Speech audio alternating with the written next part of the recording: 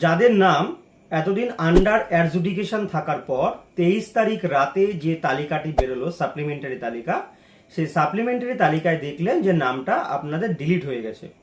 তো ডিলিট হয়ে যাওয়ার পর আপনারা অনেকেই শুনেছেন যে ট্রাইব্যুনালে আবেদন করতে হবে।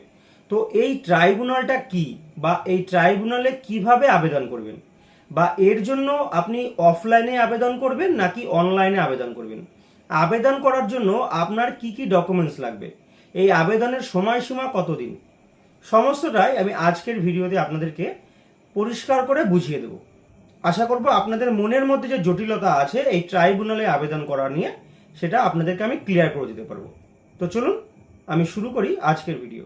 ট্রাইব্যুনাল হচ্ছে, সোজাসাপটা কথায় বলতে গেলে, একদম শর্টে বলতে গেলে, ট্রাইব্যুনাল হচ্ছে একটা বিশেষ ধরনের আদালত, যেখানে নির্দিষ্ট কোনো বিষয় নিয়ে দ্রুত সিদ্ধান্ত নেওয়া হয়। এই ট্রাইব্যুনালের জন্য প্রত্যেকটি জেলাতে একজন করে বিচারক নিয়োগ করা হয়েছে।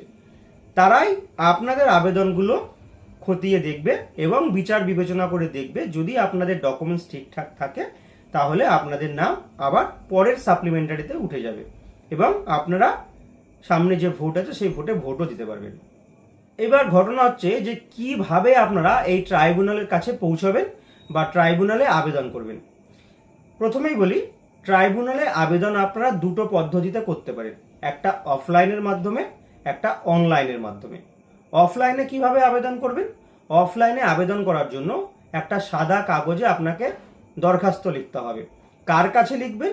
জেলা শাসকের কাছে অথবা মহকুমা শাসকের কাছে, ডিস্ট্রিক্ট ম্যাজিস্ট্রেট বা সাব ডিভিশনাল ম্যাজিস্ট্রেট বা সাব ডিভিশনাল অফিসার, এদের কাছে আপনাকে আবেদন করতে হবে। দেখুন বয়ানটা আমি স্ক্রিনে শেয়ার করছি।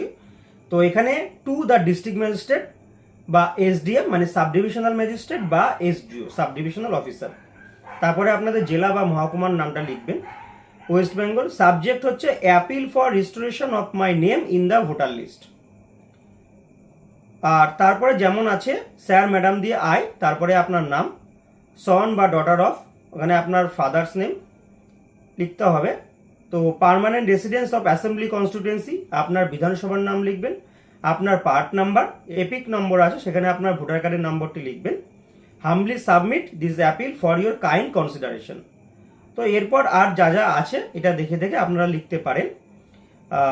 তারপরে নিচে আপনার নাম ঠিকানা লিখে সই করতে হবে।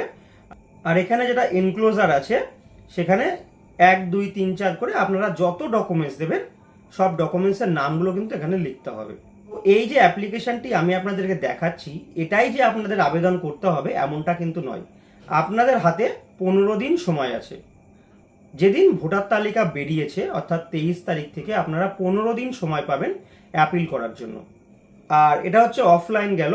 আর অনলাইনে আপনারা কিভাবে অ্যাপ্লাই করবেন, দেখুন আমি আমার ল্যাপটপের স্ক্রিনে এই যে ইসিআই নেটের যে ওয়েবসাইট সেটাকে ওপেন করে নিচ্ছি। এই যে দেখুন eci.eci.gov.in official log in ECI unified portal. এখানে দেখুন দুটো অপশান দিচ্ছে, একটা ভোটার সার্ভিস, একটা অ্যাবাউট ইলেকশন। তো এখান থেকে আমাকে ভোটার সার্ভিস যে অপশানটি আছে সেই ভোটার সার্ভিস অপশানে ক্লিক করতে হবে। অনেকেই নিশ্চয়ই voters.eci.gov.in এই ওয়েবসাইটের নাম শুনেছেন। তো ইসিআই নেটের মাধ্যমেও আপনারা এই পোর্টালে আসতে পারেন, আবার সরাসরি voters.eci.gov.in লিখলেও আপনারা এই ওয়েবসাইটে চলে আসবেন। এসে আপনাদেরকে এখানে সাইন আপ করতে হবে, তারপর লগ ইন করে নেবেন। এই যে দেখুন এখানে আছে সাবমিট অ্যাপিল। এই যে সাবমিট অ্যাপিল, এই সাবমিট অ্যাপিলে এর আগে যখন যাদের নাম ডিলিট হয়েছিল তারা কিন্তু এই সাবমিট অ্যাপিলের মাধ্যমে আবেদন করেছিল। তো এই সাবমিট অ্যাপিলের মাধ্যমেই যে এবার আবেদন করতে হবে এমনটাও কিন্তু কোথাও ব্যাখ্যা করে বলে দেওয়া হয়নি। খুব সম্ভবত 2-1 দিনের মধ্যে ইসিআই থেকে একটি নতুন এসওপি দেবে, সেখানে পরিষ্কার করে বলে দেওয়ার কথা আছে যে এই সাবমিট অ্যাপিল অপশনে গিয়ে আপনারা অনলাইনে আবেদন করতে পারবেন কিনা। তো যদি অনলাইনে আবেদন চালু হয়, আমার মনে হয় অফলাইন করার থেকে অনলাইনে আবেদন করাটাই কিন্তু বেটার। তো এই সাবমিট অ্যাপিল অপশানের একটা ভিডিও আমার চ্যানেলে অলরেডি দেওয়া আছে, যে সাবমিট অ্যাপিলে যাওয়ার পর আপনারা কিভাবে অ্যাপিল করবেন। সেই ভিডিওর লিঙ্কটা আমি এই ভিডিও ডেসক্রিপশনে দিয়ে দিচ্ছি, আপনারা একবার দেখে নিতে পারেন যে এই সাবমিট অ্যাপিল অপশানে গিয়ে কীভাবে আপনারা অ্যাপিল করবেন। তো অফলাইন হোক বা অনলাইন, কোনোভাবেই কিন্তু ট্রাইব্যুনালের কাছে এখন আবেদন করা যাচ্ছে না। কারণ ট্রাইব্যুনালের জন্য যে বিচারকদেরকে নিয়োগ করা হয়েছে তারা এখনো পর্যন্ত কিন্তু কোথাও বসছেন না, যেই কারণে এখনো কিন্তু আবেদন প্রক্রিয়া শুরু হয়নি। সেটা অফলাইন হতে পারে বা অনলাইন। আমি আপনাদেরকে অফলাইনটাও দেখালাম, ডেমো দেখালাম, আর অনলাইনটাও বলে দিলাম, কারণ এই অনলাইনটা এইভাবেই হবে কিনা সেটাও কিন্তু কোথাও ব্যাখ্যা করে বলা নেই।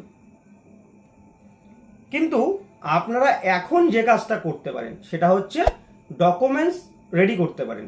ডকুমেন্টস কিভাবে রেডি করবেন সেটা আপনারা এখন এই ভিডিও থেকে ভালো করে জেনে নিন। তাহলে যখনই আপনাদের অফলাইন বা অনলাইন আবেদন প্রক্রিয়া শুরু হবে তখন কিন্তু সাথে সাথে আপনারা অনলাইনে বা অফলাইনে আবেদন করতে পারেন ট্রাইব্যুনালের কাছে।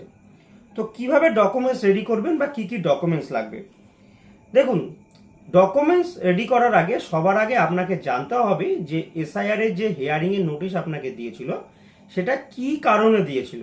আপনি কি করে জানবেন যে আপনাকে হিয়ারিং এর নোটিশ দিয়েছিল কেন? দেখুন, আপনারা যে হিয়ারিং এর নোটিশটি পেয়েছিলেন সেটা আমি আমার স্ক্রিনে দেখাচ্ছি। এই নোটিশের এই জায়গাটি দেখুন, বলছে আপনি আপনার বা আপনার আত্মীয়ের সম্পর্কিত এমন কোনো বিবরণ প্রদান করেননি যা আপনাকে বা আপনার আত্মীয়কে পূর্ববর্তী এসআইআর এর সময় প্রস্তুত করা ভোটার তালিকায় একজন নিবন্ধিত ভোটার হিসেবে প্রমাণ করতে পারে। তার মানে যখন আপনি এসআইআর এর ফর্মটি ফিল আপ করেছিলেন তখন আপনার অথবা আপনার আত্মীয়, সেটা বাবা মা, ঠাকুরদা, ঠাকুরমা যেই হতে পারে, 2002 সালে যার তথ্য দিয়েছিলেন সেটা আপনি ঠিকঠাক দেননি। আবার নামের গন্ডগোলের জন্য হয়তো তারা বুঝতে পারছে না বা আপনি প্রমাণ করতে পারছেন না যে ওইটাই আপনার বাবা বা ওইটা আপনার মা বা ওইটা দাদু ঠাকুমা। এই স্বপন বসুর বাবার নাম হচ্ছে পরিমল বসু, তার ভোটার কার্ডে তার বাবার নাম আছে পরিমল বসু, কিন্তু তার বাবার ভোটার কার্ডে নাম আছে পরিমল কুমার বসু। এইবার এই পরিমল বসু আর পরিমল কুমার বসু যে একই লোক সেটা কিন্তু ইনি প্রমাণ করতে পারেনি, যেই কারণে এনার নামটা ডিলিট হয়ে গেছে। তো এইভাবে আপনাদেরকেও আগে জানতে হবে যে আপনার এসআইআর এর হিয়ারিং এর নোটিশটা এসেছিল কেন। অনেকের ক্ষেত্রে কিন্তু লজিক্যাল ডিসক্রিপেন্সির কারণেও হিয়ারিং এর নোটিশ এসছে এবং প্রমাণ করতে না পারার জন্য নামটা ডিলিট হয়েছে। তাই আপনাকে এবার সমস্ত ডকুমেন্টস রেডি করতে হবে। সমস্ত ইসিআই এর গাইডলাইন্স অনুসারে যে 13টা ডকুমেন্টসের কথা বলেছে তার বাইরেও আপনাদের যা যা ডকুমেন্টস আছে, যেমন ধরুন যাদের কাছে পুরনো জমির কাগজ আছে, সেটা জমির পর্চা, রেকর্ড, দলিল যা হতে পারে, বা অনেকে ট্যাক্স দেন, অনেকে খাজনা দেন, এছাড়া অনেকের কাছে দেখবেন এলআইসি পুরনো কাগজ আছে, ব্যাংকের অনেক পুরনো বই আছে। তো এই রকম যে কোনো ধরনের পুরনো কাগজ যেটা 2002 সালের আগের বা তারও আগের, 1970 সাল, 1987 সাল, 1990 সাল, এরকম পুরনো যে কোনো কাগজ যদি থাকে তাহলে সেই ডকুমেন্টসগুলোকে এখন জোগাড় করুন। সে যত ডকুমেন্টস হোক, আপনার বাবা মার যদি মারা গিয়ে থাকে তাহলে ডেথ সার্টিফিকেট, যত রকমের কাগজ আছে আপনি জোগাড় করে সেগুলোকে এখন রেডি করে রাখুন। তারপর যখন ট্রাইব্যুনাল শুরু হবে তখন কিন্তু আপনারা ডকুমেন্টসগুলোকে রেডি করে নিয়ে ট্রাইব্যুনালের যে আবেদনপত্র পাবেন সেই আবেদনপত্রটি ফিল আপ করে জমা করতে পারবেন। যদি আপনি অনলাইনেও করেন সেই ক্ষেত্রেও কিন্তু আপনাকে ওই অতগুলো ডকুমেন্টস স্ক্যান করে আপলোড করতে হবে। তাই আপনার ডকুমেন্টস রেডি করাটা সব থেকে বেশি প্রয়োজন। আবেদন আপনি আজ না হোক কাল করতে পারবেন, একদম গ্যারান্টি আপনি করতে পারবেন, কিন্তু আপনার হাতে এখন সময় আছে কয়েকদিন। এই কয়েকদিনের মধ্যে আপনি ডকুমেন্টস জোগাড় করুন। সবার আগে যেটা প্রয়োজন ডকুমেন্টস যদি আপনি ঠিকঠাক দেখাতে না পারেন তাহলে ট্রাইব্যুনালে আবেদন করাটা কিন্তু আপনার পুরো বৃথা। তো ছোট্ট করে আরেকবার বলি, এই ভিডিওতে যা বললাম সেটা আর এক লাইনে বুঝিয়ে দিই। এখন আপনাদের কাছে কোনোভাবেই আবেদন করার রাস্তা খোলা নেই। আপনারা এখন একটা কাজই করতে পারেন, সেটা হচ্ছে আপনাদের যে হিয়ারিং এর নোটিশ সেটি বের করে দেখুন কেন আপনাদের হিয়ারিং এ ডেকেছিল। সেই কারণেই কিন্তু, যে কারণে ডেকেছিল সেই কারণেই আপনার নামটা ডিলিট হয়েছে। তো সেই নামটা যে ডিলিট হয়েছে সেটাকে প্রমাণ করার জন্য আপনি কাগজ জোগাড় করুন, প্রয়োজনীয় নথি জোগাড় করুন। তো এইটুকু ইনফরমেশনই আজকে আপনাদেরকে দেওয়ার ছিল। আগামী দিনে যদি আরও কোনো তথ্য আমি পাই তাহলে সেটা অবশ্যই ভিডিওর মাধ্যমে আপনাদের সাথে শেয়ার করব। আজকের মতো এখানেই শেষ করছি, নতুন ভিডিওতে আবার দেখা হবে।